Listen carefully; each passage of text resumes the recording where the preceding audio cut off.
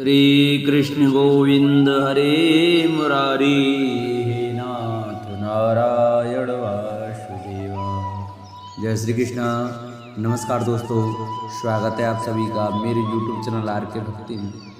भक्तों, आज की वीडियो में हम आपको माघ मास महात्म्य के 28वें अध्याय की कथा सुनाएंगे। तो सभी भक्तजन हमारे माघ मास महात्म्य की कथा को बड़े श्रद्धा भाव और प्रसन्न चित्त मन से सुने।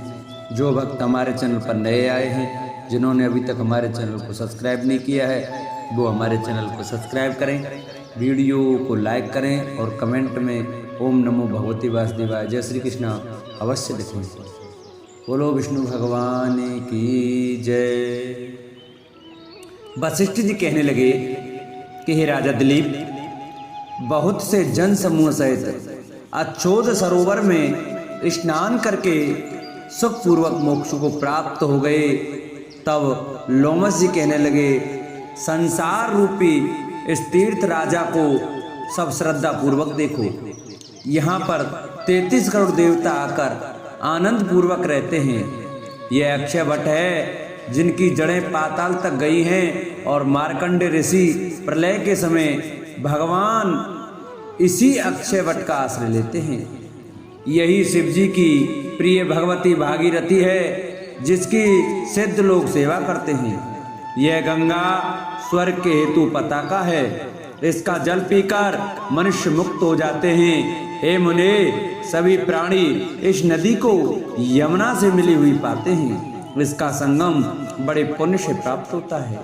इसके स्नान से जन्म मृत्यु रूपी दावानल से कोई नहीं तपता, परंतु ज्ञान प्राप्त करके मुक्त हो जाता है। यहाँ पर स्नान करने से सभी प्राणी बिना ज्ञान के भी मुक्त हो जाते हैं। इसलिए ब्रह्मा जी ने यहाँ यज्ञ करने की इच्छा की थी। इसी संगम में भगवान विष्णु ने स्त्री प्राप्ति की इच्छा से स्नान करके लक्ष्मी जी को प्राप्त किया था। यहाँ पर त्रिशूलधारी शिव ने त्रिपुर दैत्य को मारा था और प्राचीन काल में उर्वशी स्वर्ग से गिरी थी तथा स्वर्ग पाने की इच्छा से यहाँ पर ही उसके स्नान करने से नहुष कुल के राजा ययाति ने वंशधर पुत्र प्राप्त किया। यहाँ पर इंद्र ने प्राचीन काल में धन की इच्छा से स्नान किया था और माया से कुबेर के सब धन को प्राप्त किया था। प्राचीन काल में नारायण तथा नर ने हजारों वर्ष तक प्रयाग में निराहार रहकर उत्तम धर्म किया था। यहाँ से जयगास सभ्य सन्यासी ने महादेव जी जैसी शक्ति वाले से विजय पाई थी तथा अड़मा आदि लोगों के अति दुर्लभ ऐश्वर्य प्राप्त किए थे।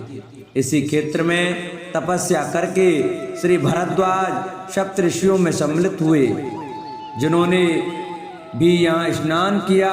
सबको स्वर्ग की प्राप्ति हुई।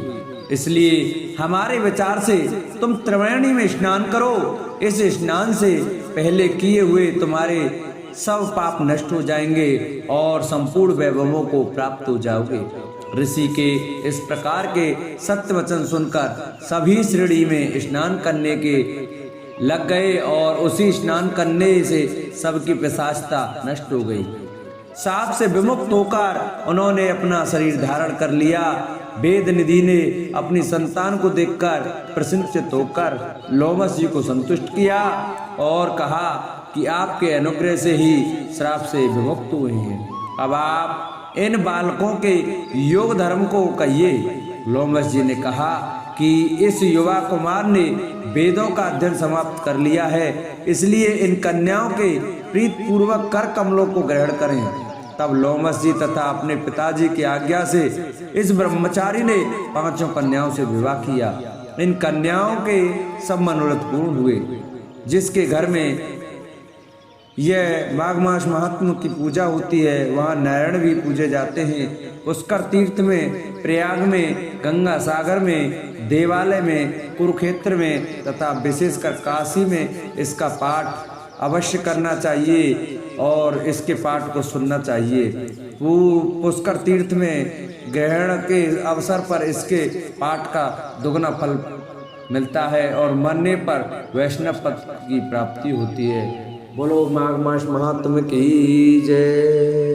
प्रिय भक्तजनों, हमारे माघ मास महात्म की कथाएं आज पूर्ण होती हैं। जिन भक्तों को हमारी माघ मास महात्म की यह कथा अच्छी लगी हो तो वो हमारी वीडियो को ज़्यादा से ज़्यादा शेयर कर, चैनल को सब्सक्राइब करें।